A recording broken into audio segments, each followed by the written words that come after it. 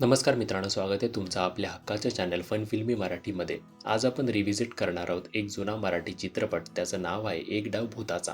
हा चित्रपट 1982 साली प्रदर्शित झाला होता. या चित्रपटामध्ये मुख्य भूमिकेत आहेत दिलीप प्रभावळकर, रंजना देशमुख, अशोक सराफ. या चित्रपटाचे दिग्दर्शक आहेत रवी नामाडे. तर बोलूया स्टोरीबद्दल. एका प्रामाणिक शिक्षकाची बदली ठगेवाडी या गावात होते. हे गाव वेगळ्याच गोष्टींसाठी प्रसिद्ध असतं. तिथे कोणताच बाहेरचा शिक्षक जास्त दिवस टिकत नाही. गावातील लोक विचित्र असतात. ते त्या शिक्षकाला त्रास देतात. तर त्या गावात बदली झाल्यावर त्या शिक्षकाला सुद्धा त्रास दिला जातो.